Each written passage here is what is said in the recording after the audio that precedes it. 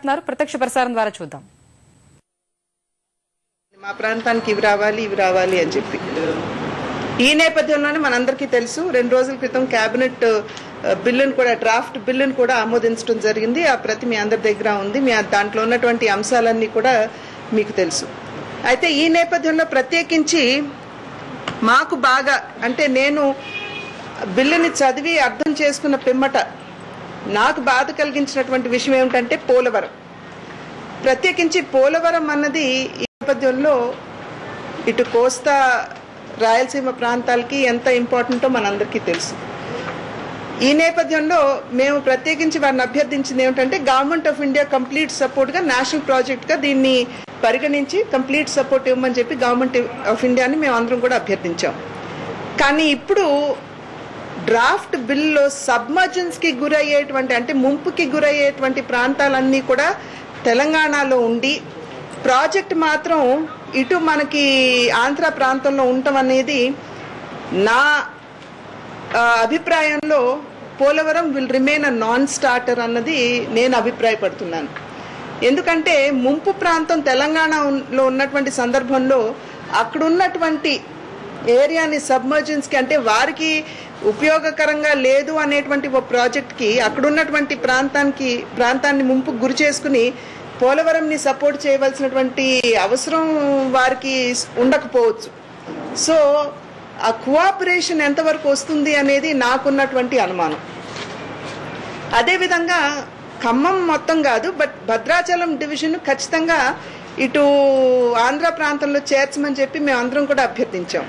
ఎందుకంటే ఇది కేవలం ముంపు ప్రాంతానికి సంబంధించినటువంటి అంశం మాత్రమే కాదు, అక్కడ సబరి అదేవిధంగా ముంపు ప్రాంతం వారికి అదనంగా మనం ఇవ్వాల్సినటువంటి ల్యాండ్ టు ల్యాండ్ రీహాబిలిటేషన్ వీటన్నింటినీ కూడా దృష్టిలో పెట్టుకుని అక్కడ ఖమ్మం భద్రాచలం డివిజన్ని కనుక ఇటు చేర్చినట్లయితే Polavaram will definitely be a wonderful project అనేటువంటి విషయం మేము తెలిపినప్పటికీ that has not been taken care of in the bill.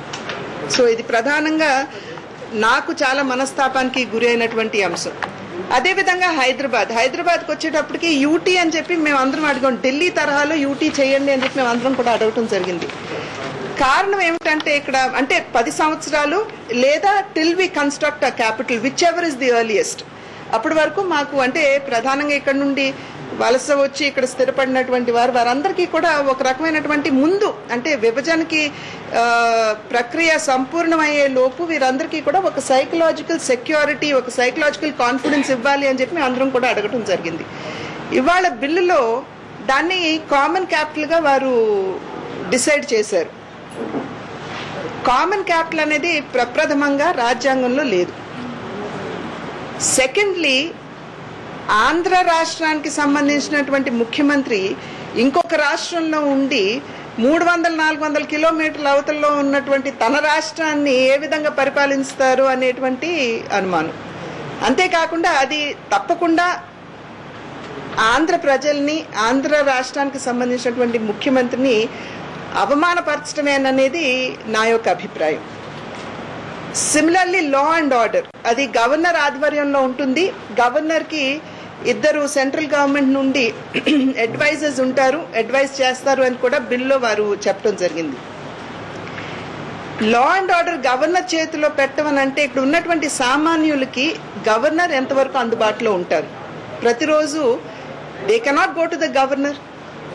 At the same time police స్టేషన్స్లో ఎస్ఐస్ కావచ్చు సిఐస్ కావచ్చు వీరందరూ కూడా తెలంగాణ ప్రభుత్వం రిక్రూట్ చేసేటువంటి పర్సనల్గా ఉంటారు. కాబట్టి సైకలాజికల్ కాన్ఫిడెన్స్ ఖచ్చితంగా ఇక్కడ ఉండేటువంటి వలస వచ్చినటువంటి ప్రజలకి ఇక్కడ స్థిరపడినటువంటి వారికి ఉండదు అనేటువంటి అభిప్రాయం ఖచ్చితంగా నాకైతే ఉంది.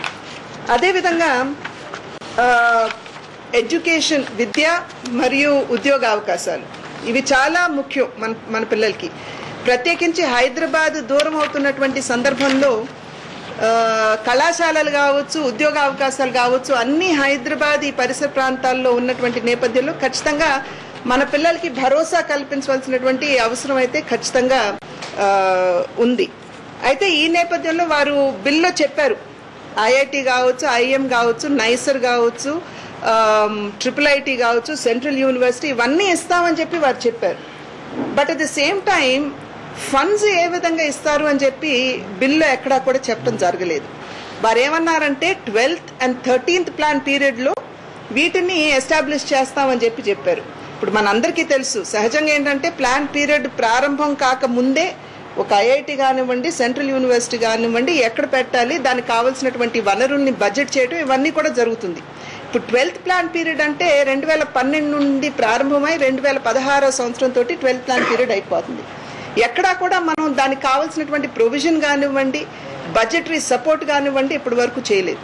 కనుక ఏ విధంగా మీరు ఇన్స్టిట్యూషన్స్ అన్ని మీరు ఎస్టాబ్లిష్ చేస్తారు అంటే 13th ప్లాన్ పీరియడ్ అంటే 2016 సంవత్సరంలో ప్రారంభమయ్యి 2021 సంవత్సరంలో అది ఎండ్ అవుతుంది. అంటే అప్పటి వరకు మా పిల్లలు ఎక్కడ వేచి ఉంటారండి? ఖచ్చితంగా ఉద్యోగ అవకాశాలకి సంబంధించి మరి ఒక్కసారి ఆలోచించవలసినటువంటి అవసరం ఖచ్చితంగా ఉంది. అదేవిధంగా మినిస్ట్రీ ఆఫ్ హ్యూమన్ రిసోర్స్ డెవలప్మెంట్లో కూడా ఈ మధ్య కాలంలో దానికి అలొకేషన్స్ రిసోర్సెస్ ఏవైతే ఉన్నాయో వాటి మీద కోత విధించడం జరిగింది అని చెప్పి ఈ మధ్య కాలంలోనే మాకు కూడా తెలిసినటువంటి విషయం. కనుక ఇవన్నీ ఉన్నటువంటి సందర్భంలో ఏ విధంగా ఇన్స్టిట్యూషన్స్ ని ఎస్టాబ్లిష్ చేయడానికి మీరు అవుట్ ఆఫ్ ద వే ఏ రకంగా సపోర్ట్ చేస్తారో అనేటువంటి విషయాన్ని మాకు క్లియర్ చేయవలసినటువంటి అవసరం అయితే ఖచ్చితంగా ఉంది. అదేవిధంగా ఎంప్లాయ్మెంట్ మనందరికీ తెలుసు. చదువు అయిపోయిన తర్వాత పిల్లలు సహజంగా ఎక్కడికి వెళ్ళి సెటిల్ అవ్వాలన్నది ఒక ప్రధాన అంశం వాళ్ళందరికీ. It's psychological pressure on the child. ఈ నేపథ్యంలో నేను ప్రత్యేకించి ఆల్రెడీ మనకి ఆంధ్ర ప్రాంతానికి సంబంధించి PCPIR petroleum chemical industrial investment ఏరియాని ఐడెంటిఫై చేయడం జరిగింది. అక్కడ ఆల్రెడీ HPCL రిఫైనరీ రావాల్సి ఉన్నటువంటి సందర్భంలో అది ఖచ్చితంగా మాకు ఒక గ్రీన్ ఫీల్డ్ రిఫైనరీ ఇవ్వండి, ఇచ్చినట్లయితే that will be the anchor industry. దాన్ని పురస్కరించుకుని డౌన్ స్ట్రీమ్ ఇండస్ట్రీస్ అన్నీ వస్తాయి, అక్కడ ఎంప్లాయ్మెంట్ జనరేషన్కి అవకాశం ఉంటుంది. దగ్గర 3 లక్షల కోట్ల మేరకు పెట్టుబడి వచ్చేటువంటి అవకాశం ఉందని చెప్పి నిపుణులు భావిస్తున్నటువంటి సందర్భంలో దాన్ని కంప్లీట్గా మీరు సపోర్ట్ చేయాలి అని చెప్పి నేను అభ్యర్థించడం జరిగింది. దీంతో పాటు అసలు tax holidays, tax incentives industrial sector కనుక ఇచ్చినట్లయితే వారు ఆ ప్రాంతానికి వచ్చి ఇండస్ట్రీస్ని ఎస్టాబ్లిష్ చేయడానికి వారు కూడా సుముఖంగా ఉంటారు. కాబట్టి ఇవన్నీ ఇవ్వాలి అని చెప్పి మేము చెప్పడం జరిగింది. ఇందాక సోదరులు చెప్తున్నారా మీరు అడిగిన ఇచ్చేసారు కదా అని. ఖచ్చితంగా బిల్లో HPCL రిఫైనరీకి సంబంధించినటువంటి అంశాన్ని పొందుపరచడం జరిగింది. అదేవిధంగా Vizag to Chennai industrial corridor ఇస్తామని చెప్పారు. అదేవిధంగా ఇతరత్రా కూడా వైజాగ్, విజయవాడ, తిరుపతి ఎయిర్పోర్ట్స్ని ఎక్స్పాండ్ చేస్తామని చెప్పారు. రైల్వే జోన్ ఇస్తామని చెప్పారు. కానీ వీటన్నింటికీ ముందు అంటే నేను ఇది ఇస్తాను అని చెప్పబోయే ముందు సబ్జెక్ట్ టు ఫీజిబిలిటీ. ఇప్పుడు మనందరికీ తెలుసు ఫీజిబిలిటీ అనగానే ద బ్యూరోక్రటిక్ ఆన్సర్ ఏముంటుందంటే ఇట్స్ నాట్ ఫీజిబుల్ అని చెప్పేసేటువంటి ఒక ఆన్సర్ వచ్చేటువంటి అవకాశం ఉంది.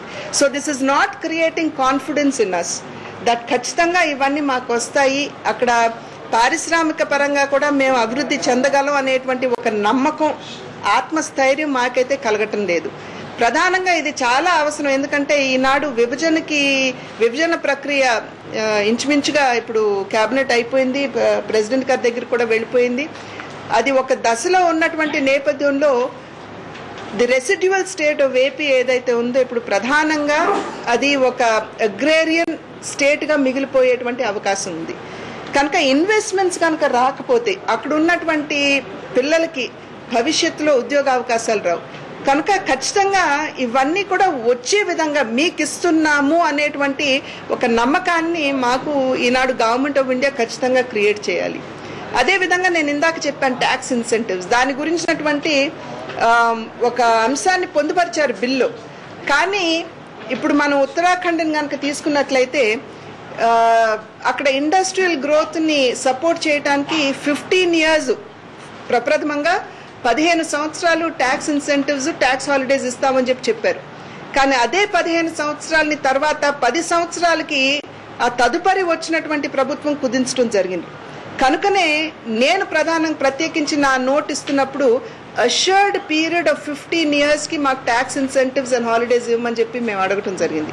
కానీ బిల్లు ఎక్కడా కూడా మేము 15 సంవత్సరాలకి assured tax holidays, tax incentives ఇస్తున్నాం అనేటువంటి ఎటువంటి ఒక అంశాన్ని కూడా పొందుపరచలేదు. కేవలం ఎస్ ఫిజికల్ సపోర్ట్, ట్యాక్స్ ఇన్సెంటివ్స్ ఇస్తున్నామని మాత్రమే వారు దాంట్లో చెప్పడం జరిగింది. సో ఆల్ దిస్ ఏంటంటే ఇచ్చినట్టు కనపడుతున్నప్పటికీ డెఫినెట్గా మాకైతే ఆ రకమైనటువంటి నమ్మకం కలిగే విధంగా లేదు అనేటువంటి విషయాన్ని నిన్న జయరాం రమేష్ గారితో నేను పార్లమెంట్లో మాట్లాడుతున్నప్పుడు కూడా వారితో కూడా నేను ఈ విషయాన్ని నేను షేర్ చేసుకోవడం జరిగింది. వారేమన్నారంటే అటు అసెంబ్లీకి వస్తుంది, ఇటు పార్లమెంట్లోనే వస్తుంది, మీరు డిస్కషన్స్ చేసుకుని తర్వాత అమెండ్మెంట్స్కి it can be subject to amendments అన్నారు. కానీ మేము ఇన్ని పర్యాయాలు గ్రూప్ ఆఫ్ మినిస్టర్స్ దగ్గరికి వెళ్ళి చాలా ఫోర్స్ఫుల్గా మాకు కావాల్సినవన్నీ కూడా చెప్పుకున్న తర్వాత అవి సరి అయిన రీతిలో బిల్లో లేకపోయేటప్పటికి మాకు ఆ నమ్మకం కుదరట్లేదు. ఇవాళ ఖచ్చితంగా మాకు they have to give us that assurance that ఎస్ ఇవన్నీ మేము మీకు ఇస్తున్నాం అన్నప్పుడే అటు కోస్తాంధ్ర కావచ్చు, రాయలసీమ కావచ్చు. రాయలసీమకు సంబంధించి నేను ఖచ్చితంగా చెప్పాను, అక్కడ కడపలో ఐరన్ ఓర్ ఉన్నటువంటి సందర్భంలో అక్కడ ఒక స్టీల్ ప్లాంట్ పెట్టాలని. కానీ బిల్లో SAIL will establish steel plant in Khammam అని ఉంది. ఐ మీన్ ఇవన్నీ ఏంటంటే it's creating lot of heart burn and heart ache for all of us ఖచ్చితంగా. సో మేము ఇవాళ నేను సోనియా గాంధీ గారికి కూడా నేను లెటర్ రాశాను. వీటన్నిటి మీద మరొకసారి మీరు దృష్టి పెట్టండి, మరొకసారి మీరు మా ప్రాంతానికి ఎప్పుడైతే రాష్ట్రాన్ని మీరు విభజిస్తున్నారో it is not a new state of Telangana but a new state of Andhra that you are creating. ఎందుకంటే మాకు పారిశ్రామికంగా అక్కడ ఏమీ లేదు, ఇన్ఫ్రాస్ట్రక్చర్కి సంబంధించి ఇప్పుడు ట్యాక్స్ ఇన్సెంటివ్స్ తీసుకున్నారంటే ఇప్పుడు ఆల్రెడీ ఇండస్ట్రియల్గా అభివృద్ధి చెందినటువంటి ప్రాంతానికి మీరు ఇచ్చారు similar kind of tax incentives, ఆ ప్రాంతానికి కూడా మీరు ఇవ్వడం జరిగింది.